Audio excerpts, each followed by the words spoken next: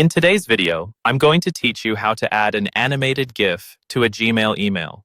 We'll walk through this process step by step, ensuring that by the end, you'll be able to spice up your emails with some dynamic visuals. So, let's dive right in. First things first, open your preferred web browser and navigate to Google Images or any reliable source for GIFs. You can simply type a keyword related to the GIF you're interested in, along with GIF to narrow your results. Once you have a good collection to choose from, pick the one that you like best. Remember, the GIF should be appropriate for the context and audience of your email.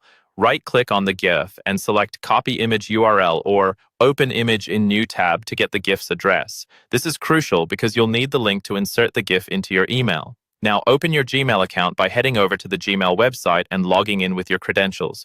Once you're in, click on the Compose button to start a new email. This opens up a new email window where you can input your recipient's email address, subject line, and any text you'd like to send. It's generally a good idea to have your message content ready, so the GIF can complement or enhance what you're saying. To insert the GIF, you'll need to place your cursor in the body of the email where you want the GIF to appear. Make sure it's in a spot that makes sense in relation to the flow of your message. Next, click on the Insert Photo icon. This icon looks like a small picture on your Gmail toolbar.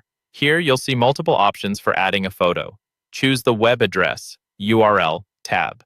This is where you'll paste the URL of the GIF that you copied earlier. After pasting the URL, you'll often see a preview of the GIF. Double-check that it's the right one and that it displays properly. Once you're satisfied with your selection, click Insert, and just like that, your animated GIF is now part of your email. Before sending it, I recommend previewing your email to make sure the GIF is appearing correctly and that it enhances the message as intended. If everything looks good, finish up any final touches on your message and hit Send.